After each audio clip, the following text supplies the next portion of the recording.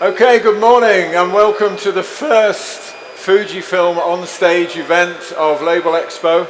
We're going to be about 15 minutes. I'm going to interview a special guest and you'll be welcome to ask any questions at the end. So if there's anything you want to know, we're both open to doing that. Joakim. Please welcome Joakim Johansson to the stage.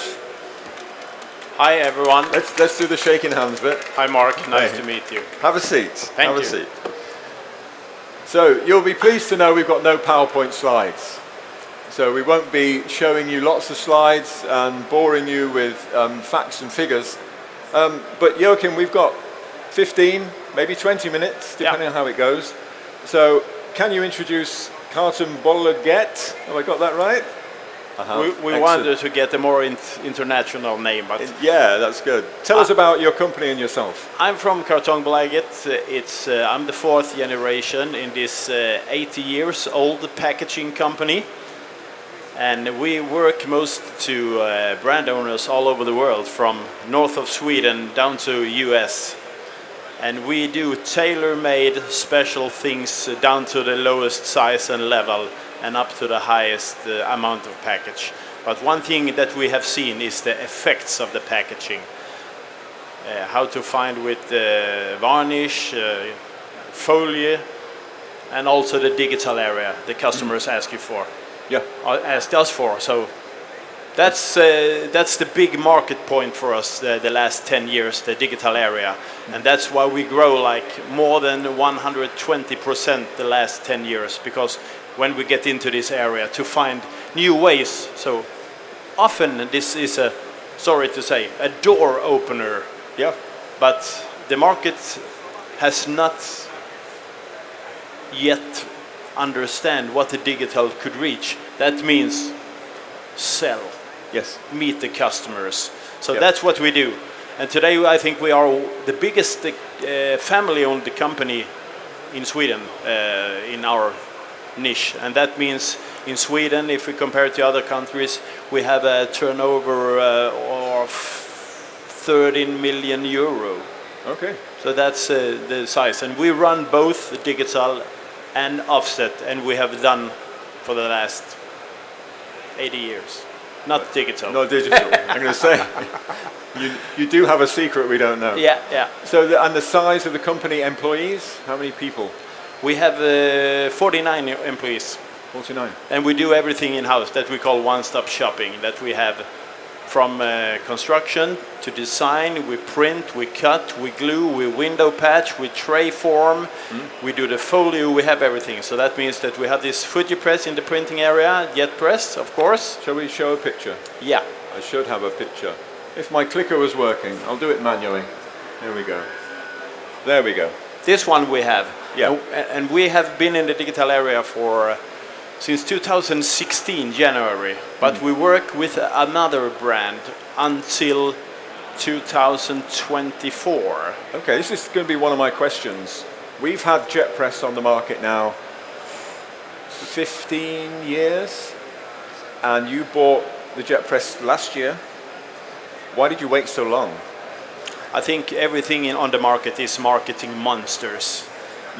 And from the beginning they say you could not get that quality because our customers are high brands in the world and they expect the highest quality on everything. And we thought that we couldn't get that in a inkjet machine. That's why we choose the other brand. Okay, right. And did you find, we're not going to mention brands, but with your previous technology, there were some things you wanted to achieve and you couldn't achieve it. I want to go for an uptime, and the uptime is important for us. And the uptime is everything, because one thing we know is time to market. That's the only thing we could live for. Yep. If you go to the digital area, you could not say I will deliver in 2 or 3 weeks. Should be tomorrow. So that's the goal for us, to meet the customer in that area. And in the offset area, we will meet the big brand owners who want to have many numbers of package. That means we could serve them in 2 ways and 2 lines. That's good for us. Yeah. So the benefit of jet press for you, would you say it's more going to market quickly rather than, you know, the the thing that most vendors talk about, which is personalization. Is it more for you to get the speed to market? In the past days, it's time to market, and now more growing. Like I have a few samples. It's the personalized packaging is coming, but also when we could help our new customer to meet new markets, or if they run out of stock, we could help them with some SQAs, quick delivered. Right. So that means that from the beginning we think all handle about personalization, but then we saw the time to market, quick deliveries. You could meet the markets in so many different ways with the digital. That's a tool we really need today to catch all. Because if we could grow with the small customer and help them up to be a big customer, and then we could serve them there with we have a KBA 7 color or twin coater. That means a lot of sheets coming out of that to serve the market. Yeah. So do your customers know whether they're getting a digital job or an offset job, or do you not mention it? Only if we sell it in a digital way, or it's like versions or personalization. Then they know, but we always have the shoes to take small jobs from the big to help to optimize the production, because we are running 24/7. Yeah. That means that we don't sell them, and they have never seen it or asked us, what's this? No one gets a glass out to look? Yeah, but they're not that kind of nerds like we are to see that. Yes, okay. Okay, so we were talking earlier about the uptake of digital in the packaging market. Yeah. And I remember figures from around 15 years ago when we were launching JetPress. And analysts were saying the market is maybe 3 or 4% in folding carton. 3 or 4% of the market is digital. But look at the opportunity. 97% of the market isn't using digital, or products aren't being printed. And the prediction was it would rise compound annual growth rates, but it's not happened. Why would you say that is? I think one of my thinking from beginning, maybe I don't want to say it here, but I think the commercial print side kill the digital area, because they said it should be cheap. The customer coming to us, they said, oh, we want to print digital, it's cheap. Who tell you that? Yeah. Because we need a board, we need a varnish, we need the die cutting, the gluing. So that we come through, then we come into the new area, everyone wants it. And do they want to pay for it? Yeah, maybe now. And when we come that step more, the logistic area at the company couldn't handle, like, I need 2,000 boxes, but I need 50 version. They couldn't handle it in their own systems. Yeah. So we have met so many things, but now we're feeling that it's growing. If it happened, it should happen now, because now is the time for a digital market. Yeah. I believe in that. That's why we also get this one in. And we have uptime like 75% in this one, and it delivers every day. And previously, with other technology? The uptime? Yeah. It's around 35 to 40%. Okay. It's crazy. Okay, so that's major. Okay. So I see you brought some jobs along. Can you tell us why you chose these particular jobs? Can we pass them around the audience? Yeah, I can tell about them. Yep. And why I choose them, it's why I just have 5 minutes left when I leave. So, just to see what we could do. It's nothing special about that, but often it's like this. It's small runs, maybe for some candy, different kind of print. Okay. And if we run in the offset area, we print 1,000 of each, and they throw it away, what they don't need. But we have a new goal in the company, it's zero waste. That means we should not throw anything away. And we have 0 sheets. Right, exactly. For this one. That means that we could do 100 of this, 150 of them, 500 of them, 212 of that one, and deliver what the customer wants. And it's most often about this. It's like different colors, different versions. how to find, and if we talk just about a chocolate maker, we tell them before we could do like minimum MOK is 500 boxes, and they couldn't meet the market. Today we say we go down to 50. That means that the market for our customer is much more wider, and we doesn't care about if we run 1 or 10 or 20. So we help our customers to grow, and we help ourselves. But everything you do in the digital area and everything you do in your company, it's all about sales. If you build an airport somewhere in the world, there will never come a plane. It's the same with the digital area. Don't buy any machine, just expect that the customers will come. That's one of the most important thing. But we think that if we jump on this train from the beginning, we will have the market. We want to be first, but we didn't. We forgot the sales. Right, I get it, yeah. So that's important. Yeah. Feel free, just tell them what to do. So we also have this, just to show quick, we have a card maker in Sweden. Okay. One of the biggest. I think we run like 500,000 just personalized oh, nice. of this at year. And they also meet the markets in a complete new way, because they are down to 50. You need to buy 50.